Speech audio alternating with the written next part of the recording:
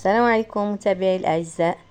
اليوم جبت لكم وصفه ديال السكسو بالتفايه، سكسو بالدجاج بالتفايه على الطريقه المغربيه الاصيله التقليديه.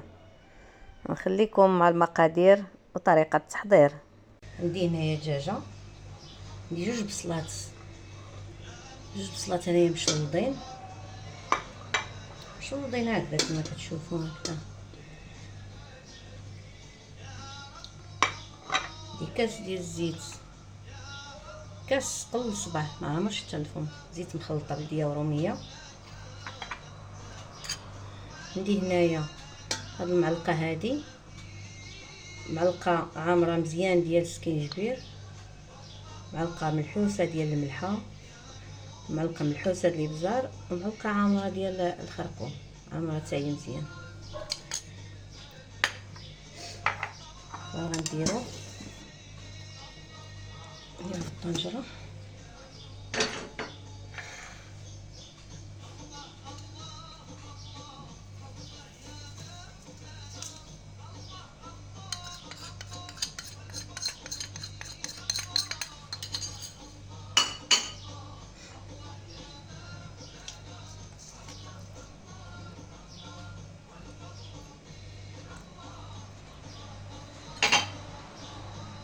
نديرو البصله،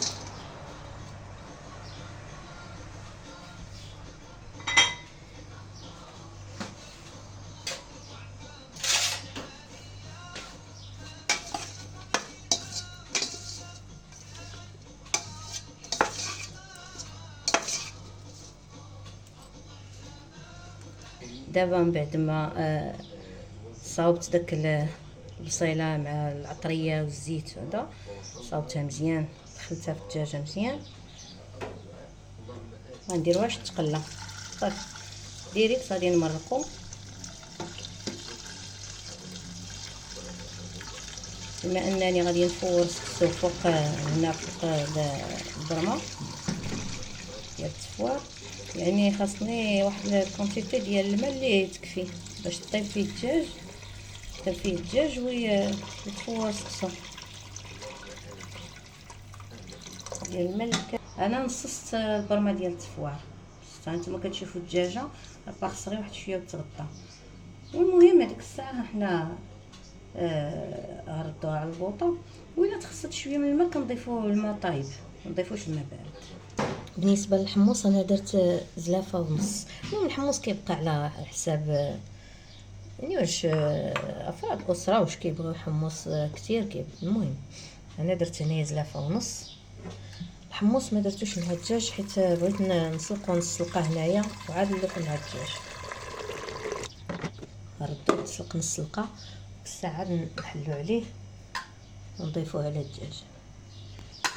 عندي هنايا سكسو هذا موين، عندي انا درت هنا 2 كيلو.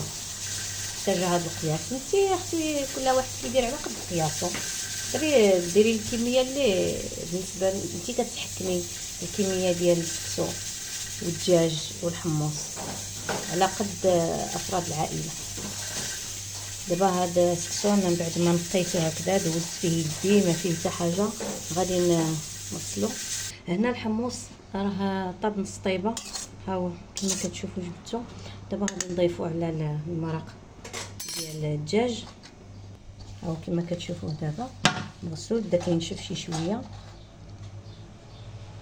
كونتيتي انا قسمتها على 2 حيت كثيره، درت كيلو هنا وكيلو هنا. هنا غادي نضيف الزيت هنا واحد ربع الكاس، باش غادي نبسبسو هذا السكسو يتلبس بداك الزيت، عاد نديروه يتفور هكذا. المهم بالنسبه للمبتدئات، بالنسبه اللي موالفين راه الامر عندهم باين. بالنسبه للمبتدئات هاد العمليه هذه ضروري ملي كنديروا الزيت بعد ما كنكونوا غسلنا سكسو، كنديروا الزيت كنبسبسوه هكذا باش كيتلبسوا هاد الحبيبات كاملين بالزيت. دابا نديرو في الكسكاس، قسمت السكسو على 2 ولكن درت غير نص ديال الكميه ديال واحد القصان، انا غندير جزء بجزء. بالنسبه للمبتدئات يعني خصهم يعرفوا هاد المراحل. السكسو ما كنديروهش في الاول بزاف كونتيتي كبيره، كنديرو شويه ونديروه فوق الطنجره يطلع فيه الفوار، وعاد نوليو نزيدو عاود كونتيتي اخرى، وهكذا حنا ماشيين. صافي كنمرو الكسكاس ديك الساعه كنغطيوه. ها نتوما غتشوفوا معايا المراحل. الطنجره ديالنا هي كتغلي. دابا هاد الحمص اللي طاب نص طيبه صافي نلوحو معاه.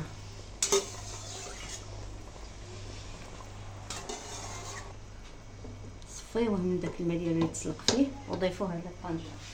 انا درت هنايا هاد القفال هذا كنصاوبوه بميكا بلاستيكه، كنجيبوها كنحلوها وكندوروا على الكسكاس صافي. وغادي نحط السكسو غنغطيه باش يطلع فيه الفوار. دابا هو طلع الفوار بالكميه الاولى اللي درنا، وغنضيفوا عليها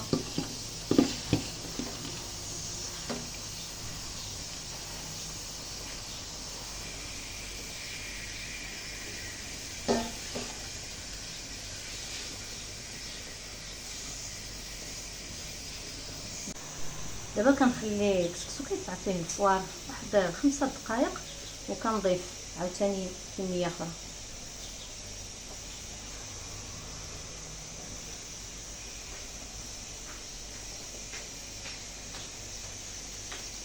دابا غنغطيه ونخليه يطلع فيه الفوار، غنحسب له واحد ربع ساعه 20 دقيقه، وهذيك الساعه ننزلو وغنرشو بالماء نديرو الملح. هنا عندي 6 ديال البصلات. درت البصله الحمراء. الا لاحظتوا معايا في الاول في النصيب راني درت البصله بيضه، بصح ماشي مشكل ديري البيضه حمراء ماشي مشكل. درت 2 بصلات كبارين. ولكن بالنسبه للتفايه هذه البصله اللي غندير بها التفايه خصها تكون البصله الحمراء. انت اختي تقدري ديري القياس، الا كان عندك مثلا هكا نص كيلو ديال السكسو ولا كاع كيلو ديري واحد 4 البصلات جات اللي غتحط لك التفايه قياس. البصله الحمراء علاش كنديروها في التفايه؟ انا هذه خليتها باش نوريكم الطريقه كيفاش كنقطع هكذا. البصله الحمراء كنديروها في التفايه باش كتجي التفايه محمره، حيت التفايه اللون ديالها المعروف اللي كنعرفوه هو داك اللوين مارو مغلوق. الا درنا البصله البيضاء ما كتعطيش داك اللون هذاك محمر هكذاك. البصله الحمراء هي اللي كدار صافي. دابا غندير لها العطريه ونردها طيب. بالنسبه للعطريه عندنا مليحه معلقه صغيره ما عمراش، عندي هنايا نص معلقه الخرقوم، نص معلقه هادشي صغير معلقه صغيره، نص معلقه صغيره ديال الخرقوم، نص معلقه صغيره ديال السكينجبير، وربع معلقه ديال الابزار.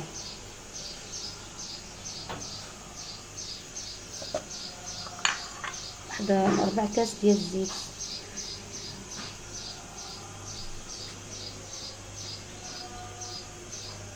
صافي. وندير الماء حتى واحد الغراف ديال الماء، غنردها دابا طيب. دابا سكسو ها هو من بعد ما دازت واحد ثلث ساعه، هو سكسو دابا حيدناه غنحطوه هنايا على بركه الله.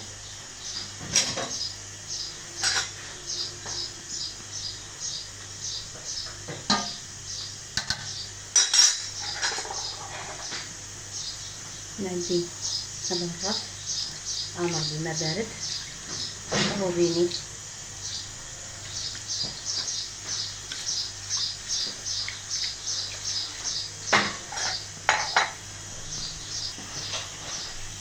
نزيد هذا الثالث اللي مازال خصو يتسقى باش نرشوه. دائما كنرشوه بالماء بارد لا روبيني، ندير واحد شويه نغطيه واحد شويه يشرب واحد صيم يشرب، وهذيك الساعه نضيفوا له الملحه.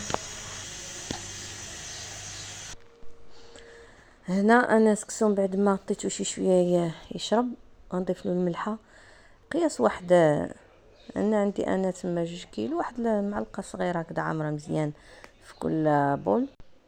عندي هنايا الزبيب، عندي هنايا واحد 300 غرام، على حسب انا دايره شويه بزايد التفايه.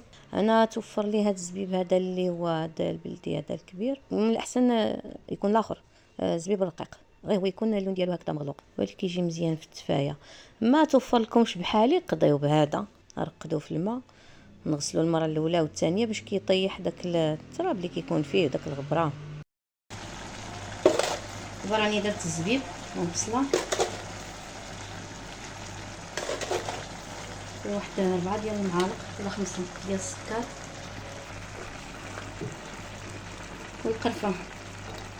القرفه قياس واحد، انا راني هنا عندي هنايا كونتيتي شويه وافيه، درت واحد المعلقه، معلقه كبيره ما عمرش مسوحه صافي، ونخليه يكمل الطياب.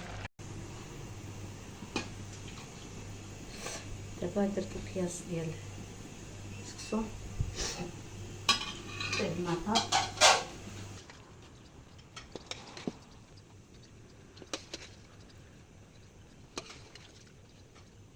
التفايه هي وجدات،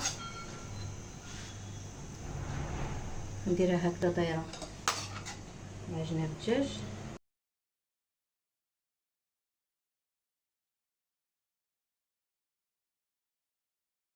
ايوا تبارك الله، صلاه على النبي. نتوما كما كتشوفوا القصيعه ديالنا ها هي واجده، شويه ديال الحمص، القصيعه ديالنا هي واجده. تبارك الله، الصلاه على النبي، بالصحه والراحه. ولا عجبكم الفيديو ما تنساوش ديروا لايك، ابوني، تخليوا لي رايكم في الكومونتير.